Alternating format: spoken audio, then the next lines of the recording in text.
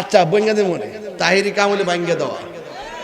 عن جابر بن عبد الله الأنصاري رضي الله تعالى عنه قلت يا رسول الله أبي أنت وأمي أخبرني عن أول شيء خلقه الله تعالى قبل الأشياء قال يا جابر إن الله تعالى خلق قبل الأشياء نور نبيك من نوره فجعل ذلك النور يدور بالقدرة حيث شاء الله تعالى ولم يكن في ذلك الوقت لوح ولا قلم ولا سماء ولا أرض ولا الجن ولا الملائكة سبحان الله سبحان الله এই তৈল কই না রিওয়াজও কই না এই হইলো সাহাবাস কিছু কোনদিন বহস বই তো তৈলে এবিসিডির মতন দলিল কইলাম ওটা তাকে I high high high high কইলো কি রে